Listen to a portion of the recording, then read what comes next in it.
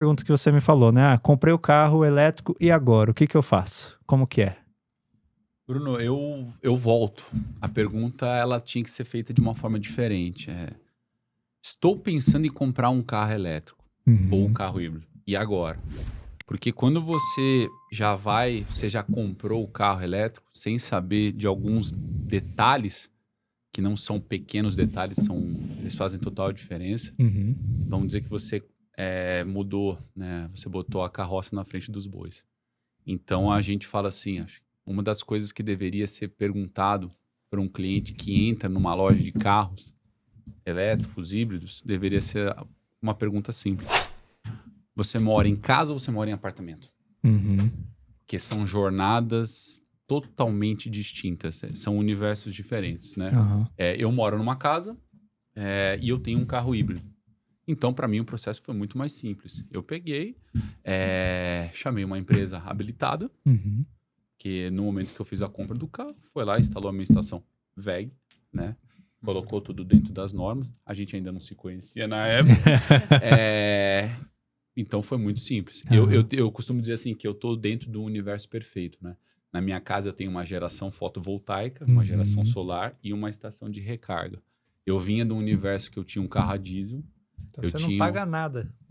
Gera a própria energia. Vamos falar isso. Eu sou o que a gente chama de prosumidor, né? Eu sou produtor / consumidor. Eu tinha uma caminhonete a diesel.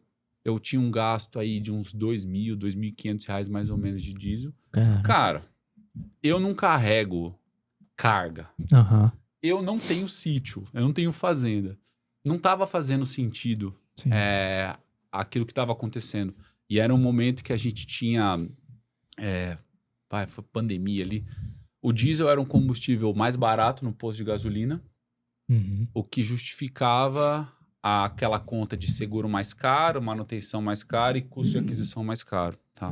Mas o diesel era barato, mais barato. Aí veio a pandemia, deu toda aquela transição no mundo, né? E aí o diesel subiu. E o diesel ele ficou equiparado com a gasolina e com o álcool, né? Aí eu falei, cara, não faz sentido o que eu tô fazendo. E a gente, né, já trabalhando esse universo dentro da WEG como um produto, né? Estação de recarga.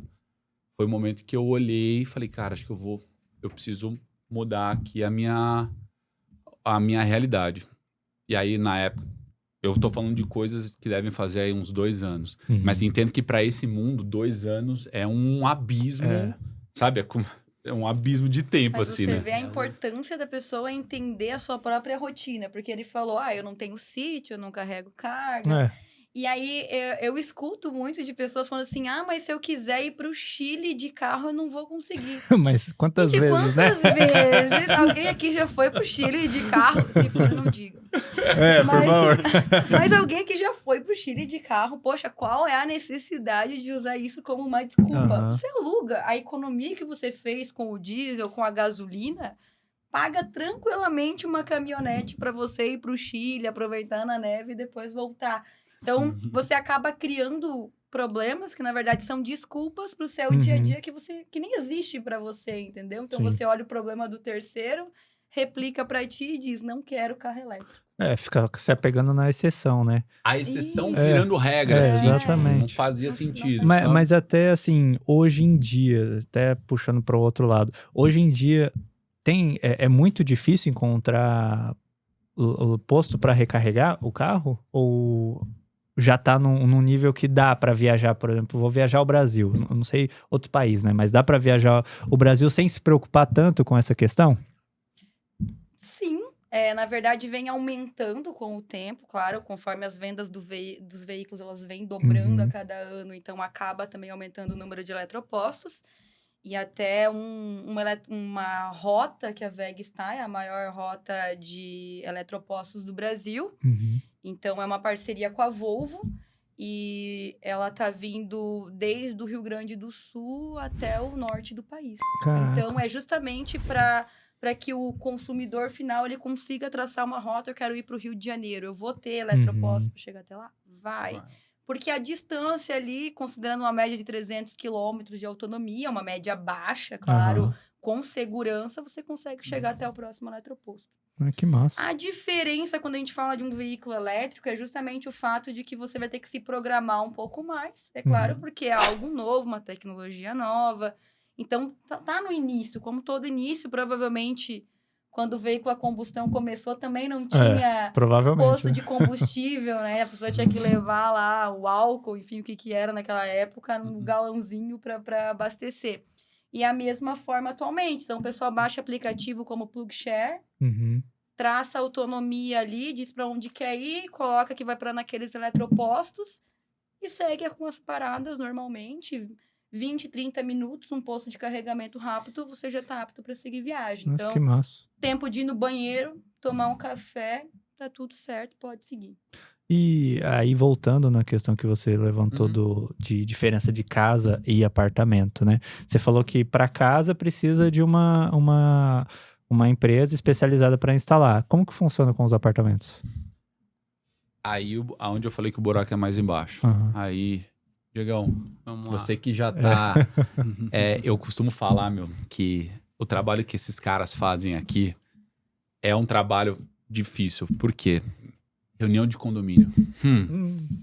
Meu Deus. Sei como é. Né? É isso que esses caras respiram todo dia.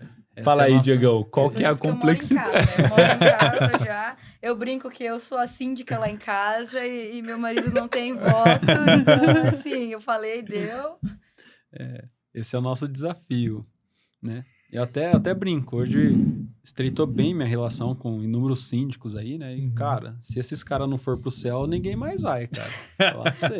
Não é fácil a vida deles, não. Não é mesmo? Eu sei não, né? Eu imagino, porque no meu condomínio é complicado. Aí... Mas, enfim, a diferença. Quem mora numa residência é igual a Jéssica pontuou. Ela é a síndica da residência dela. Sim. Ela vai lá, bota a estação lá, instala, né? Claro, segue... Tem as regras e tal, segue ali. Só falar uma coisa antes que eu perco o gancho. Claro. Porque assim, gente, quando você compra um carro, e na minha experiência, meu carro híbrido, né? Vamos falar assim, tudo que a gente for falar aqui vai estar ligado a carros híbridos que não são os híbridos chamados... Os híbridos leves, que são aqueles carros híbridos que eles se regeneram, a energia é regenerativa. Tá. Tudo que a gente for falar aqui, nós vamos estar falando de carros híbridos plug-in, que é aquele que você vai ligar na tomada, e o 100% elétrico, beleza? Tá.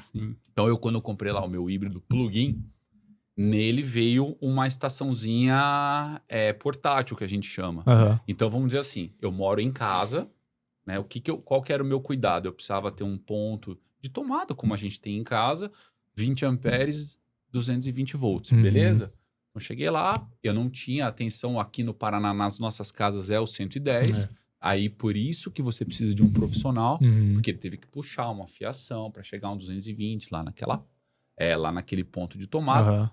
Aí eu chegava, vou recarregar meu carro, plugava ele lá.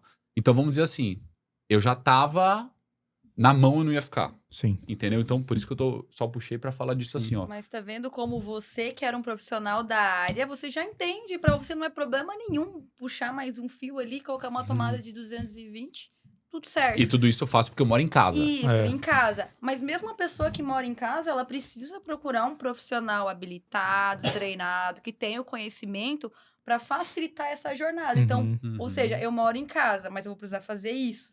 E às vezes a pessoa já se estressou só de pensar em ter que passar esse fio, o marido vai reclamar, não vai encontrar o que precisa, já vai dar aquela briga. Então, eu sei lá que eu vou chamar alguém, a pessoa vai resolver tudo pra mim, eu não preciso ficar correndo atrás de comprar fio, de procurar alguém, não, já sei, tenho uma pessoa de confiança. Então, beleza, né? Tem ali até uma... Não dá pra dizer um incômodo, mas ele procurou alguém, aquela pessoa sabe fazer, matou, acabou o problema ali. É fácil, né? É fácil, na casa, né? E no apartamento, como é que é? Na residência você tá vendo que é fácil, mas tem vários detalhes. Tem detalhes. Então é fácil desde que seja feito da maneira correta, né? E ponto importante, Rodrigo, do carro híbrido pro 100% elétrico, né? A gente vai estar falando aqui, depois a gente explica, né? Essa diferença de um para o outro. Daqui a pouco dá para a gente puxar esse ponto específico, tá? Mas já voltando para o apartamento, né? Para os condomínios verticais, que a gente chama, A hora que Bruno mora num apartamento lá, comprou um carro elétrico, quer botar a estação de recarga, vai lá falar com o síndico, ele tem um problema. Se ele libera o Bruno instalar e tem mais 300 moradores no condomínio, ele não pode negar para os outros 299 moradores. Entendeu? Porém, se ele libera para todo mundo, a entrada de energia dele não comporta 300 estações de recargas, entendeu? Então, aí era um problema, né? Hoje, a WEG trouxe essa solução, que a gente entra com controlador de carga, é uma automação que permite ter vários carregadores lá, várias estações, né? No condomínio, sem ter em 90% dos casos, sem ter a necessidade de alterar o padrão de entrada do condomínio, que é um custo que acaba inviabilizando o projeto, tá? Então, é aí que está o grande detalhe de quem mora numa residência para quem mora em um condomínio vertical, né? Em um apartamento. Entendi. E aí você vê, elas padronizam uma fachada, o vidro, a cortina, a cor que vai pintar. E aí você vê condomínio que não padroniza uma estação de recarga para um veículo elétrico, não padroniza uma instalação, que é algo que é crítico, que existem normas que precisam ser seguidas, profissionais que façam projetos, que emitam a RT. E qual é a importância de um projeto desse? Eu entendo que é muito importante, que é mais importante do que um vidro numa sacada, do que uma tela. E aí, quando você banaliza, você simplifica. 5 instalaram, chegou o 6º lá, igual você comentou, o 6º não pode instalar, porque já acabou a demanda. Não tem como. Mas ele tem direito assim como os outros, e agora você vai fazer o quê? Você vai pedir para os outros 5 desinstalarem os seus carregadores? Ou seja, eles vão perder dinheiro. Ou você vai deixar eles ali, mas não tem meio termo. Ou então, ou você faz certo desde o início, ou então... Não dá para dizer não faz, né? Nós incentivamos a fazer. Vai ter um problema posteriormente. Mas como que funciona esse equipamento? Como que é a dinâmica dele dentro do condomínio? Ele é um controlador de carga, né? A gente instala ele e aí vai ter as demandas de carregadores e a demanda do condomínio. Esse controlador, ele fica aqui no meio, direcionando a carga.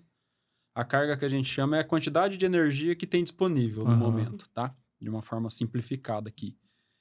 Então, a gente vai priorizar o condomínio. Então, em momentos do dia tem um consumo maior, em momentos do dia consumo menor. E o carregador, como segundo plano ali. Então, consumo maior do condomínio, ele demanda mais energia para o condomínio e menos para o carregador. Consumo menor no condomínio, ele aumenta a quantidade de energia disponível para o carregador. Isso de forma simultânea, em tempo real ali.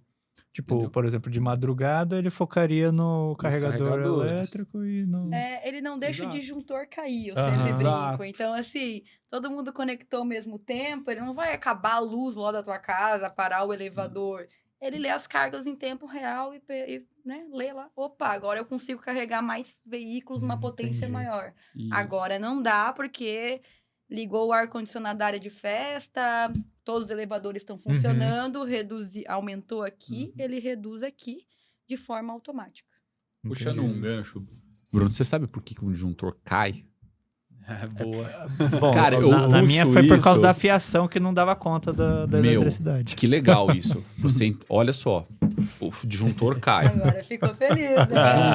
Cara, porque o que você fez, talvez é o que boa parte das pessoas não fazem. E que deveriam fazer.